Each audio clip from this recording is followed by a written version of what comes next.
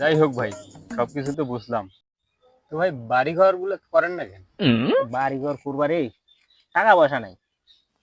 এবার এই দোকান থেকে এক প্যাকেট পেনশন নিয়ে তো যা। ভাই আপনি এক প্যাকেট সিগারেট লাগে? মাঝে মাঝে 1.5 প্যাকেটও হয় না। আচ্ছা, এক প্যাকেট সিগারেটের দাম কত? কত 400 টাকা। 400 টাকা? তাহলে আপনার ডেলি লাগে 400, মাসে আসতেছে 12,000, এরকম। বছরে তাহলে 1,44,000। 10 বছর যদি যায় তাহলে 14,40,000। এত টাকা যদি সিগারেটের পিছনে যায়, তো এই টাকা দিয়ে তো বাড়ি করতে পারেন। সেটা না ঠিক কথা।